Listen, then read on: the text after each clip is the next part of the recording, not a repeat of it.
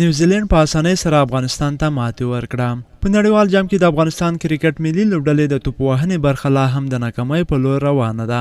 افغانستان توپوهونکو ونه شو کولی چې د نیوزیلندي توپ اچوونکو په وړاندې ټاکلي 50 اورونه ولوبوي او ټوله لوبډله په 42م اور کې په 102 منډو راټوله شوه. د افغانستان او نیوزیلند ترمنځ په لوبه کې ټاس یعنې پچه نیوزیلند وګټله او لومړی افغانستان ته د توپوهنې بلنه ورکړه. د افغانستان لخوا دواړو پیلوونکو توپوهونکو نورعلي زدران او حضرت الله عزازي ښکلي او په زړه پورې پیل وکړ او په لومړیو 10 اورونو کې شپږ شپېته منډې ملګرتیا وکړه او دا څلورم ځل و چې افغانستان د پول ممبر لوبډلې خلاف په لومړیو 10 اورونو کې زیاتې منډې جوړوي، خو وروسته افغانستان په شپږ شپېتو منډو کې 3 لوبغاړي له لاسه ورکړل.